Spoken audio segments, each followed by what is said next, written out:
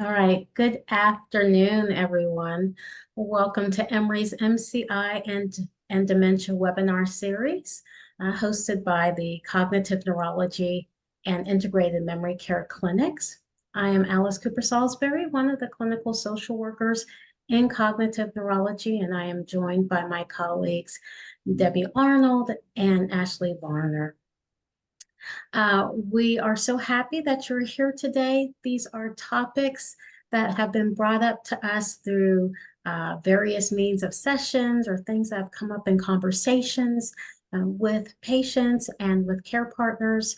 And if there are any that we have not touched upon that you've been to before, or topics you haven't touched upon yet, we haven't touched upon yet, please reach out to us so that we can find ways to get them to you. This is a webinar, so the participants, except for the panelists, are muted. You are not on camera, but we really do want you to be able to participate and engage in this webinar series. So please put your questions in the Q&A box, usually at the bottom of your screen. We will get to them, but they will be done at the end of the presentation. So on that note, we are going to go to Debbie, who will introduce our speaker.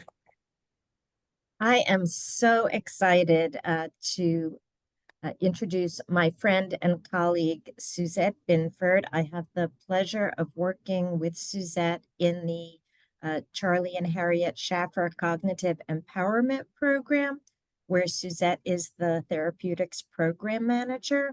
If you're not familiar with the Cognitive Empowerment Program, thanks to a generous gift from Cox Enterprises and the James Cox Foundation, Emory University and Georgia Tech offer this one-of-a-kind lifestyle enhancement program where individuals with a diagnosis of mild cognitive impairment come to us with a care partner once a week for about 6 months, and they get to do all kinds of activities that promote health and wellness, and joy, purpose, and meaning. So prior to joining the Cognitive Empowerment Program, Suzette was Programs Director for the Atlanta region of the Alzheimer's Association, the Georgia chapter, where she also developed programs and services for people living with early dementia. Suzette has her bachelor's degree from College of Charleston and her master's in clinical counseling from the Citadel. And she has been working with older adults with cognitive impairment since 1993. So today, Suzette will speak to us about communication skills. And we all have room for improvement. So turning it over to Suzette. Thank you. Thank you so much, Debbie. I'm going to share my screen. So great to be here with you today. All right.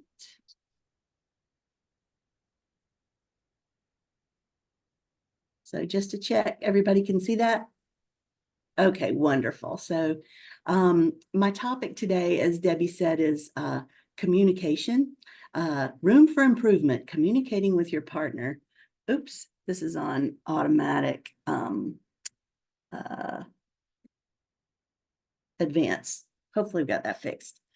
So really, as Debbie said, this content that we're going to be covering today is really, it was designed for people with MCI and their care partners, but it's really relevant for just about everybody who has either a partner or somebody else that you have in your life that you have a relationship with, that you communicate with. So that, I think, covers just about everybody. Dr. Lindsay Prizer developed this content in collaboration with Dr. Ken Hepburn. Dr. Prizer has moved to Canada, and she is no longer doing this series, but she gave me permission to share the information, some of the information in the series with you.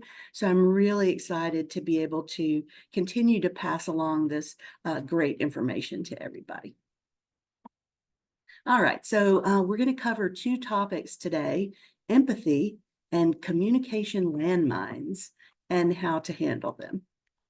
So first of all, let's start out with empathy.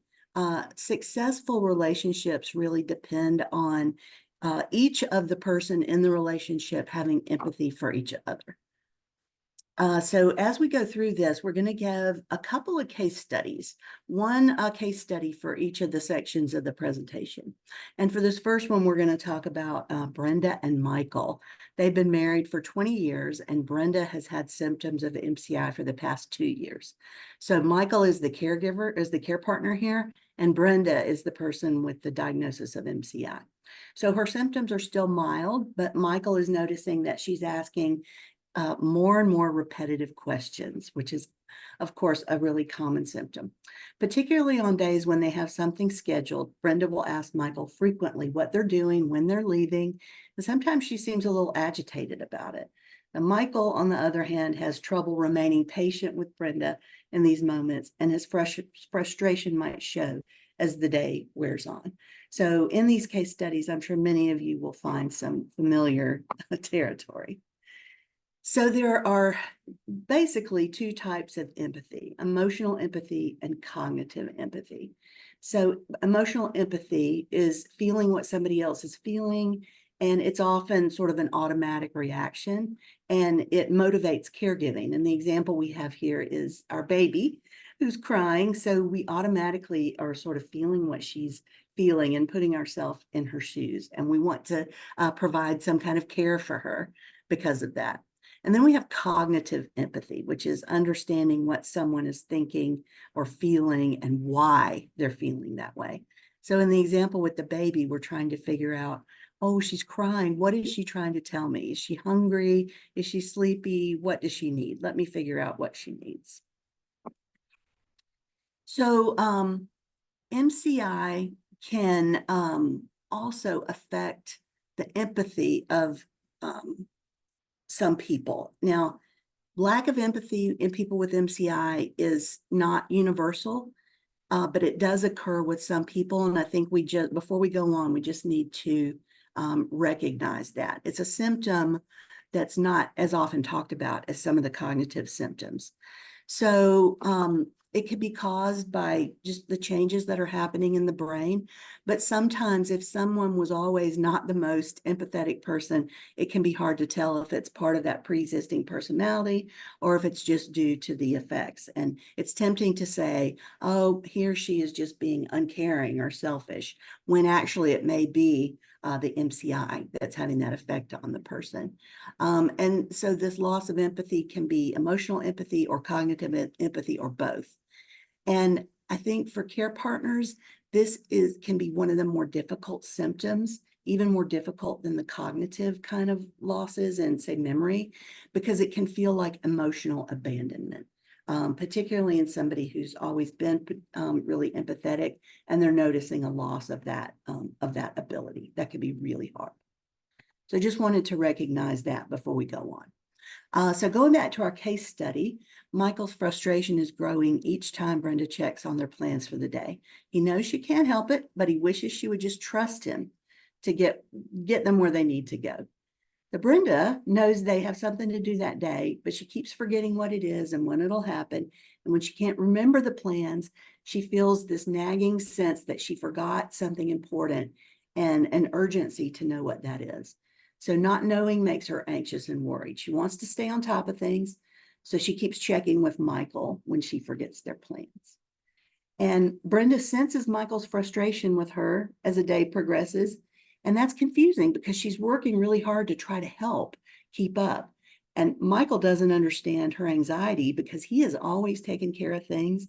And he doesn't understand why she can't just trust that he's got everything under control. So care partners really do need to be empathetic. We'll talk about how the folks with MCI also need to be empathetic later. But first of all, care partners need emotional empathy to help motivate compassionate care. You don't want to have too much empathy or too little empathy. If you have too much empathy, you could be like emotionally overwhelmed and just not be able to do much of anything.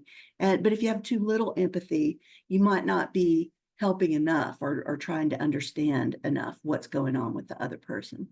With cognitive empathy, we need that to help us understand what the person with MCI needs and to understand and interpret their behavior. So for example, Michael, he understands that Brenda feels disoriented about their plans. And if he can help direct her to an answer, it might help her feel more anchored. That's the direction we want to go in with the cognitive empathy. And research tells us that care partners with more cognitive empathy actually have better mental health. So this is a very good reason for us to try and improve our skills in being more empathetic. So this is a graph of the different cognitive issues that somebody with MCI might have. And this is how the person with MCI might feel when they're experiencing these issues. So if we look at these domains here in this area, visuospatial functioning, Brenda might say, I got lost while I was driving. But what's really the feeling behind that? So the feeling is I was really scared that I didn't know where I was. So in the area of language, she says, I keep getting stuck trying to remember the words I want to use. So what's the feeling behind that? I get so frustrated when I can't find my words. In learning and memory, I know there's something we're doing today, but I can't remember what. So the feeling behind that is I feel an urgency to know what's going on. And behind that, underneath that may be anxiety and worry. In the area of social cognition, I can't keep up with my conversation with friends. And the feeling behind that is feeling just lost and disoriented, and maybe a little bit isolated too if you can't follow the conversations of your friends. Then in the area of complex attention, I can't remember what this show is supposed to be about. And the feeling under that is I don't feel as interested in things, that I can't follow anymore. And that might lead to some apathy. And then with executive functioning, I made a comment and other people said that it was inappropriate. That might feel like being really confused at their reaction and also embarrassed that I did something wrong. So that's what this might look like for somebody with MCI. And it's an exercise in trying to start looking at what the feelings are underneath these issues. So how can Michael look at these feelings of this experience with the care partner from his perspective and really start to improve his ability to be empathetic? So that this is kind of a cognitive behavioral model. The A is the activating event. We have plans later today, but my wife keeps asking about what they are and when we leave. She knows she'll keep forgetting, but just won't trust me to manage the afternoon. And so that self-talk of Michael's leads to frustration and irritation on his point. And the consequence of that is that he gets a harsher tone in his voice and he might snap at her sometimes. So Michael should practice empathy in this way. He should think maybe, or our suggestion is that he should think, what if I couldn't retain short-term memories, but I could feel that I was forgetting something? That might make me feel scared or anxious or disoriented. I might want some security or reassurance that I hadn't dropped the ball. I might worry that my care partner was taking on too much. I might feel helpless. So if I was Brenda, what can my care partner do to support me when I'm feeling lost like this? So what could I do to support Brenda? So going back to our model, we have plans later today, but she keeps asking about what they are and when we leave. So Michael changes his thought to maybe she's scared and disoriented. And this is one small thing that I can do to make her feel better. So instead of feeling the frustration, that leads to this area of yellow here, which is hopefully having more patience, more compassion for her, and expressing his love. So the consequence, hopefully, of that is that Michael answers questions more patiently or makes the information more readily available. He might write it down for her so that she can refer to it. So also, people with MCI, whenever possible, they also need to be empathetic. And this can help them understand their care partner's behavior, of course, and to understand the challenges that they face. So Brenda can understand that Michael feels frustrated. He's taking on additional responsibilities as her care partner, and this can obviously affect his patients. And just as with care partners, having empathy does, the research tells us, improves the mental health of both the care partner and the person with MCI. So if a person with MCI's empathy is impacted, how can they compensate? You know, if you're starting to lose the ability to feel empathy, they can ask the care partner what they're feeling or how they're feeling, and what they're thinking. And we'll talk a little bit later about what that might look like, what that conversation might look like.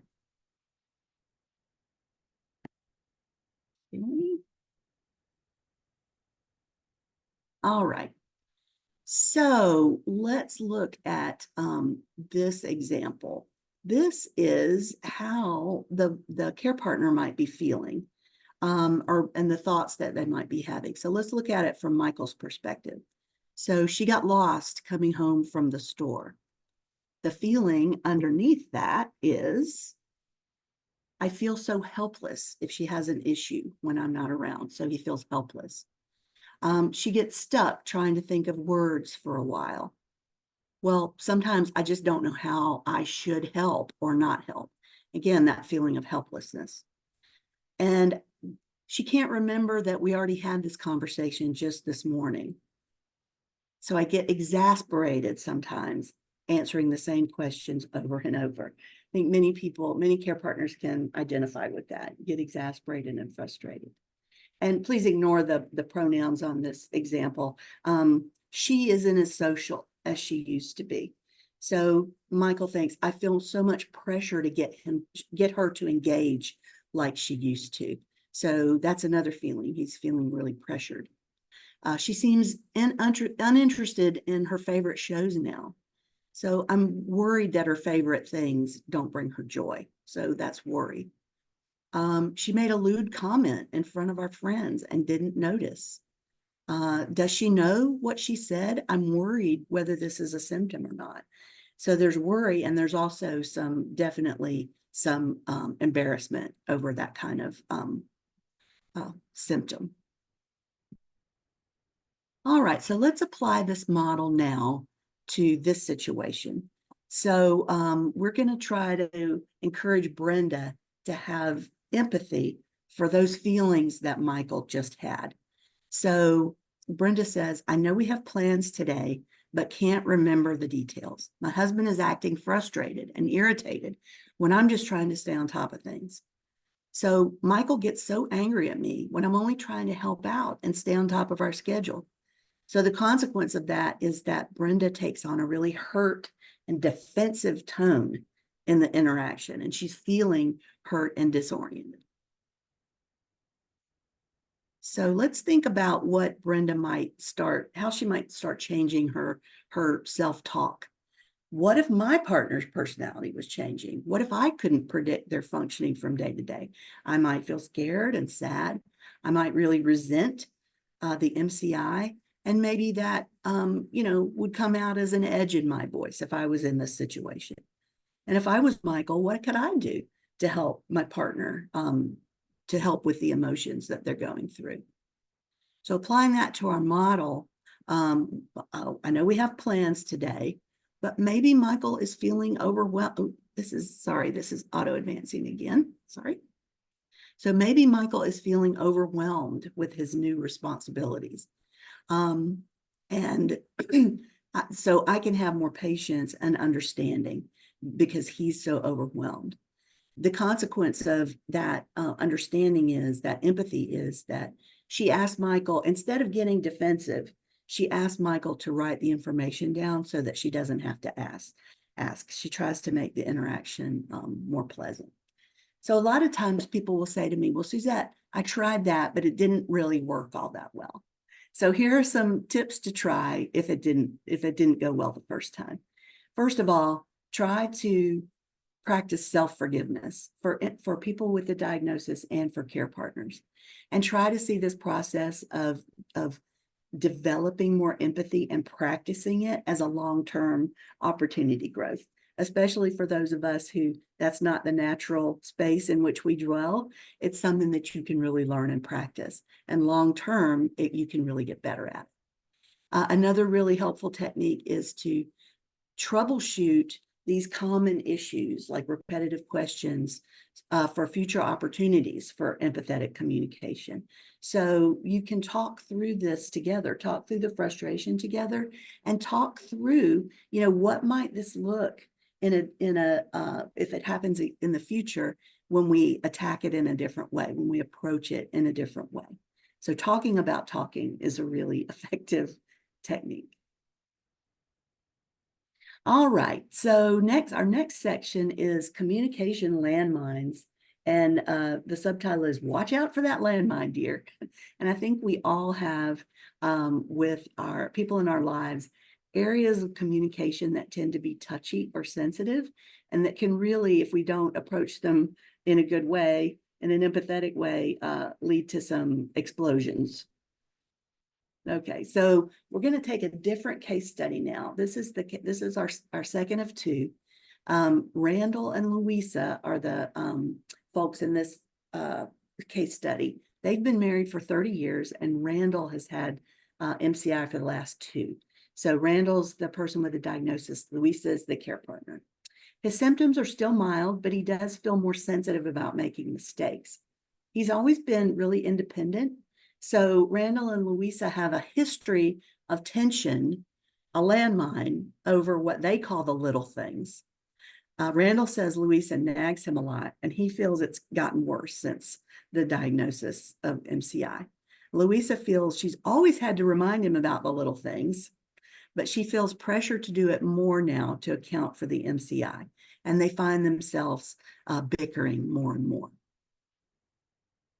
So before we move further into this case study, let's talk a little bit about defensiveness, which Dr. Preiser terms a sledgehammer to defensive communication. And defensive communication is what happens when a message to you feels like a threat or an insult. And this increases the likelihood that you're going to have conflict, and it increases the defensiveness of the other person. It's sort of a vicious cycle. Defensiveness is a reaction to some kind of personal landmine, and it can set off other landmines around it. So let's look at why we get defensive. First of all, it involves a self-perceived flaw. That your perception that you have a flaw is one of your personal landmines, and you're sensitive to that perceived flaw. And the attack is what you feel by another person that you think is focusing on that flaw. So let's apply this to an example of mine. So I have a perceived flaw that I'm so busy that I'm not doing everything at work that I should be doing. And so I'm a little sensitive to that. So my coworker, Debbie, says to me, we really missed you at that meeting yesterday. And I'm thinking that that's a critical comment. And I say, well, do you know how busy I am? Do you know how many other things are on my plate? And Debbie says, whoa, I just meant I really missed you at that meeting. And so that you see how that little perceived flaw and an innocent comment that's perceived in the wrong way can really set off a landmine, and it can lead to a really awkward and difficult conversation that potentially, not in Debbie's in my case, but in some cases it can lead to conflict. So that's an example. So let's look at an example from the case study of Randall and Louisa. They're getting ready to leave for an appointment, and Randall is just expecting Louisa to nag him about being on time. He's working very conscientiously to get ready, but he does worry sometimes that his MCI might make him forget something. He's worried about that. So before too long, Louisa says, "You can't wear those shoes, you'll slip. Wear the rubber-soled ones downstairs." There it was. He knew it would happen. He snaps back, "These shoes are just fine. Stop nagging me." And Louisa appears hurt and exasperated. "Why do you always have to fight about this stuff? I'm just trying to keep you from hurting yourself." And I'm sure many of us can sort of relate to that conversation. So here's how this episode goes. The first person perceives a threat from something that the other person said. They perceive that the other person views a flaw in them. They become sensitive about the flaw. And then the first person speaks defensively to the other person. The other person perceives that the first person views a flaw in them. And then the other person becomes more sensitive about that. So again, the vicious circle. So in our particular case study, Randall feels that Louisa has threatened his capability. That's his landmine. He feels that's viewed as a personal flaw. He's anxious about not being able to care for himself, but he accuses Louisa of nagging. Louisa feels that Randall is criticizing her for nagging, and she's sensitive about being perceived as a nag, and so the cycle perpetuates itself. So what can happen when communication is defensive? It can lead to a lack of warmth in your communications. When you get defensive, sometimes you take on sort of a cold or critical or rejecting tone. And instead, we want to express care and kindness and affection. It can also lead to a lack of sharing when new information is presented without warning. So you just kind of throw some information on somebody. So instead, try to include the other person ahead of time, include them up front in this interaction. She could have, there could have been some conversation ahead of time about the appointment and the weather and the shoes. And then defensiveness can also lead to inattentiveness, like you just kind of tune out, and that conveys disrespect. So instead, of course, we want to be sensitive to the attention that your partner needs. So here's some strategies, some relational repair strategies. So when this happens, how can you repair this little tear that's happened in the relationship? Like I said before, you can talk about talking. You can actually talk about how that conversation went and how you might be able to approach it differently the next time. And you can use apologetic communication. It's sometimes it really helps to hear the other person just say, "You know what, I'm really sorry about that. I could have approached that better." And then telling your partner about your landmines and how to spot them. Because, Debbie might not have known in my example that I was feeling overwhelmed and guilty about not being able to attend every meeting. And so, talking to each other about what your triggers are that's really important for all relationships, I think. So how do we change this? First of all, some proactive steps. We want to, ahead of time, set the stage for less defensive communication. First of all, again, we kind of self-monitor our own triggers. So we think about what's triggering us, what our landmines are, and why, and how maybe we can be less sensitive to them. And then again, you talk to your partner about what your landmines are and maybe why you're feeling that way. And then when you're approaching the conversation, try to listen to what you want to say before you say it, like in your head, maybe practice an approach and think about how your partner would react. So how could Louisa have approached the incident with the shoes a little differently. We'll talk about that in a minute. So we also have to think about during the conflict, we should try to avoid the kinds of messages that complicate the interaction. So first of all, there's a kind of message that is feels controlling. You can't wear those shoes, you'll slip. Wear the rubber-soled ones downstairs. Then during the conflict, we might also want to avoid messaging that sounds judgmental or accusing. So when Randall says, these shoes are just fine, stop nagging me, he's judging her for being a nag and being accusatory. And then another kind of message that we want to avoid is being superior sounding. Why do you always have to fight about this stuff? I'm just trying to keep you from hurting yourself. So those are things that you want to avoid. So what we want to do instead is use this this method that of Dr. Prizer's that acronym for it is WALTZ. So pick your words carefully. Avoid those challenge words like, you know, and try to say different things that don't feel as challenging. And then the A in WALTZ is autonomy. Give the listener a sense of control. I have a request. It would be helpful for me if we could try this. So that gives the person that you're talking to a sense of being part of the controlling of the situation. So the L in WALTZ is listen. Think before you speak and don't use you did statements, but rather I feel statements, and really listen to what the other person has to say about that. The T is take responsibility, acknowledge how you've contributed to whatever this interaction has been like to go wrong, and accept the responsibility for your part in that. And then the Z is for zero differences. And that means choosing words that imply equality. Like we're on the same page here. We're not, we don't have any differences in the way that we want this to come out. So can we troubleshoot this problem together? So let's apply this back to Randall and Louisa's situation. After the argument, they discuss their triggers.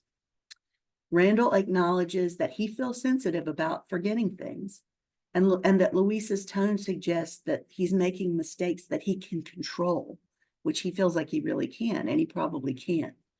Louisa acknowledged that she's really sensitive about being called a nag when she thinks she's just working really hard to try to keep everything going smoothly.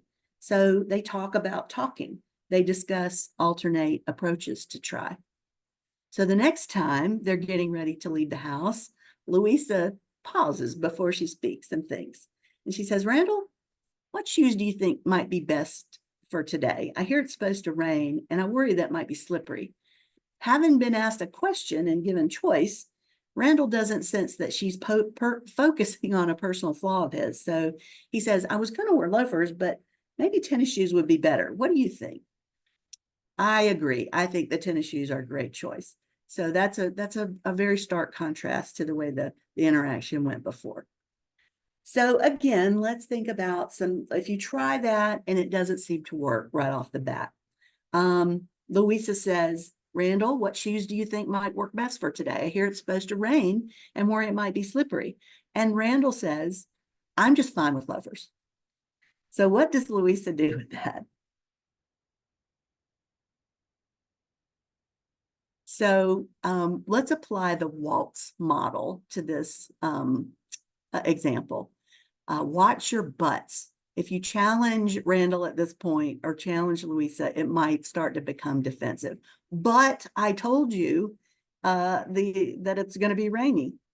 And then the A, autonomy. I wonder if you might consider those tennis shoes instead. And then listen. Is this an important win for your partner?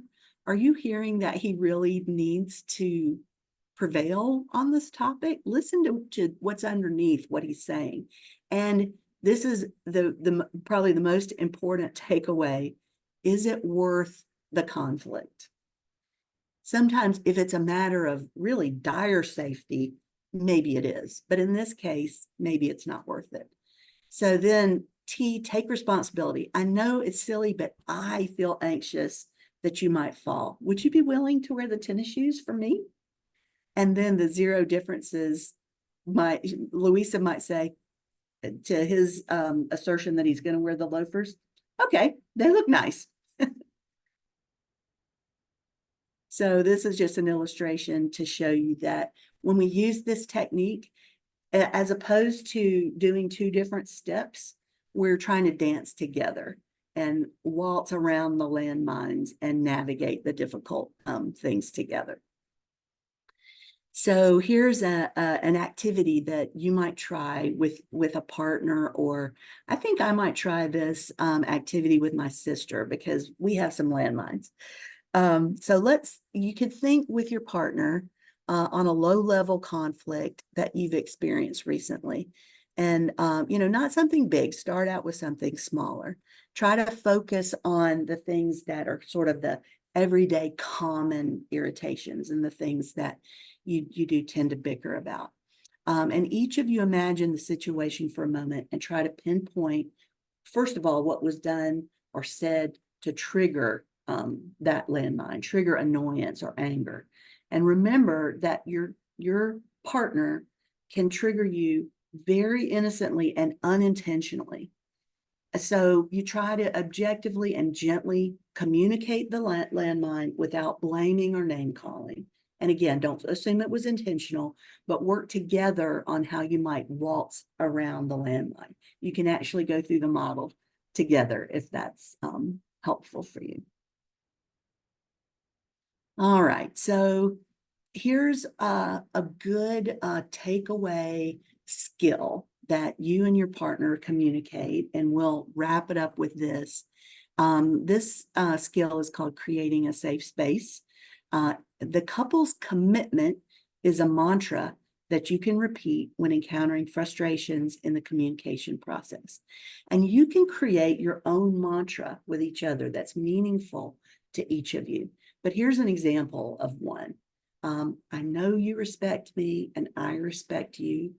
I know you want the best for me and I want the best for you. We are a team. So think about what your commitment might be and what your mantra might be with your partner. Okay, and that wraps it up. And we have a little bit of time now for questions if you have any for me. Suzette, that was awesome. I have been wanting to hear all about Lindsay Fraser's work, so thank you so much for presenting today.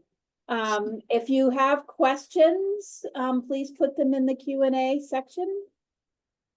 Anything that came up or any thoughts you have?